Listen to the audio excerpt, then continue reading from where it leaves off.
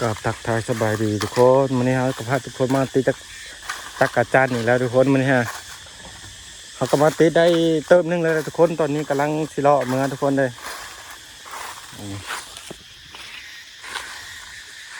ก่อนอื่นก็กราบสวัสดีและสบายดีทุกคนพบกับช่อง YouTube ว่าวขึ้มลูกไซล่าคือเก้าวันนี้พาทุกคนมาหาอยู่หากินหาติดจักรจันทร์ตามป่าตามโคกทุกคนวันนี้ก็ได้หลายพอสมควรเลยนะทุกคนเขาบริท่ายทุกคนเบิ้งบทตอนเขาติดนะทุกคนเขาผมมีเวลานะทุกคนวันนี้เขาก็ขาตั้งกล้องเขาก็บริถือมาเนี่ยทุกคนเลยก่อนอื่นก็ฝากกดไลค์กดแชร์กดติดตามนะทุกคนเพื่อเป็นกำลังใจในการทำคลิปต่อไปนะทุกคนไปเบิ้งไปหับชมกันทุกคน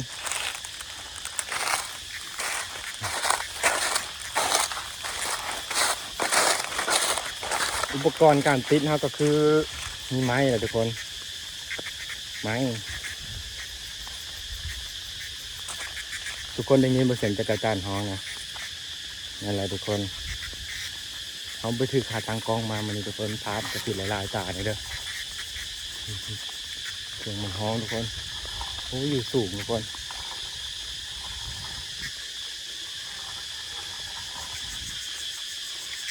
มันฮ้องอยู่สูงเดี๋ยวที่เอาให้ทุกคนเบิ่งว่าผักส่วนที่เขาติดมาก้อนหน้านี้แล้วนะทุกคนนี่ตอนนี้ก็เป็นเวลา 11 โมงแล้วทุกคนเขากำลังจิกลับแล้วล่ะ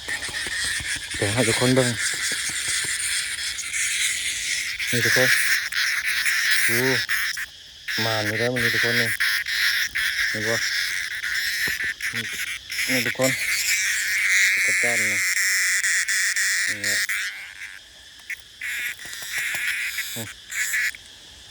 หลายเติบทุกคนนี่ฮะ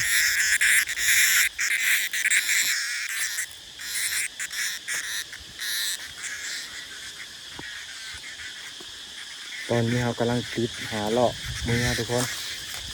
เลาะตัดหาทุกคนครับ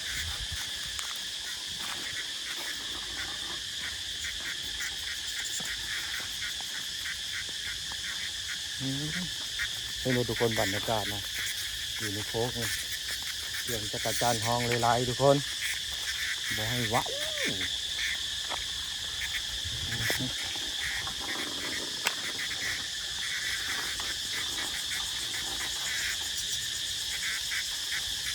ฮ้องอยู่ใส่ติดมาเบิ้งเนี่ยทุกคนถ้าที่เบิ้งคลิปนี้ก็ฝากกดไลค์กดแชร์ด้วยทุกคนเด้อทั้งที่ฮอตบ้านกับเบิ้งคลิปนี้ได้ทุกคนใครที่อยู่ไปต่างบ้านต่างเมืองนะทุกคนใครไปทำงานอยู่ไทยบ่หรือว่าต่างประเทศนะทุกคนคิดฮอตบ้านก็เข้ามาเบิ้งกับมาชมคลิปนี้ได้ทุกคนแบบธรรมชาติบ้านเฮานะทุกคนบ่ได้มากับเบิ้งคลิปนี้ก็มีแห้งแล้วนะทุกคนว่าช่วงนี้กับใกล้เข้าสงกรานต์แล้วทุกคนอีกบ่กี่มื้อนี่ทุกคน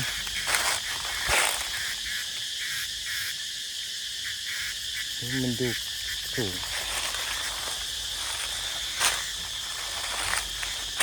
อีกบ่กี่มื้อนี่กับสงกรานต์แล้วทุกคนมื้อนี้ก็วันที่6แล้วทุกคน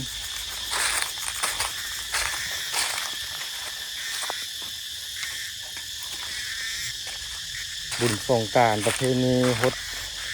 น้ำดำหัวผู้ใหญ่ทุกคนหรือว่าอยู่พังลาวเขาเอิ้นว่าปีใหม่ลาวทุกคนนะใกล้มือมาได้งับกันเข้ามางับจอเข้ามาแล้วทุกคนก็หอมมือหอมน้ำมาแล้วใครที่อยู่ไกลบ้านก็จากมาบ้านแล้วจากมาแบบริมสงกรานต์อยู่บ้านนะทุกคน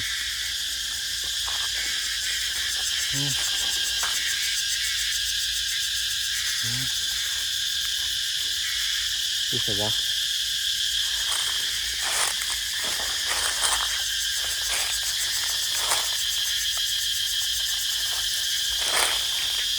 มันเป็นเสียงฮ้องเพื่อนโตทุกคน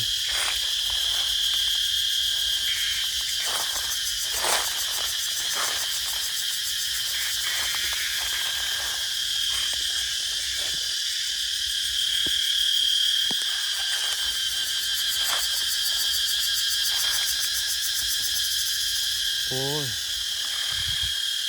แต่ว่าบ่เห็นโตมัน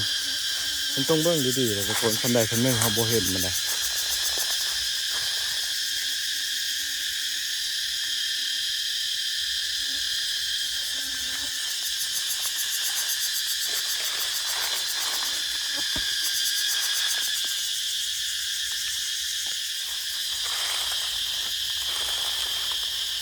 ที่สนอง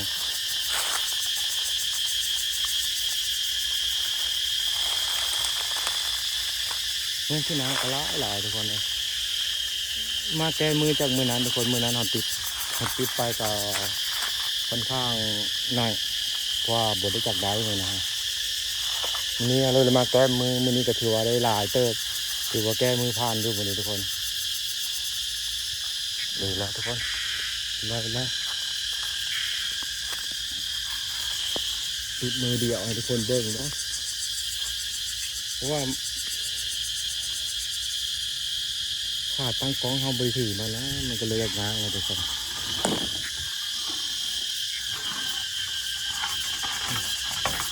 ติดจันมือเดียว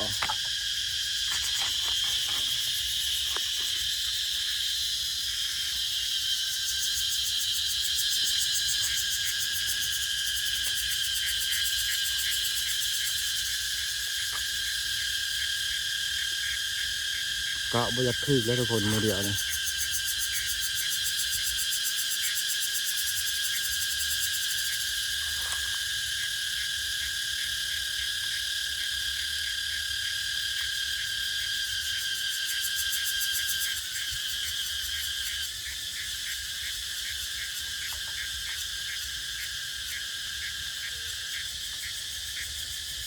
นี่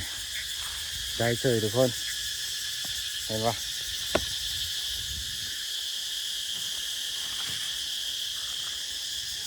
ติดจักรานมือเดียวนี่ทุกคนนี่ตัวจักรจันนะมันตกแล้วทุกคน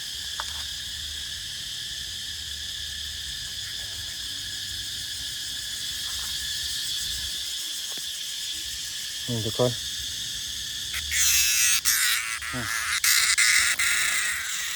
นี่ทุกคนเลย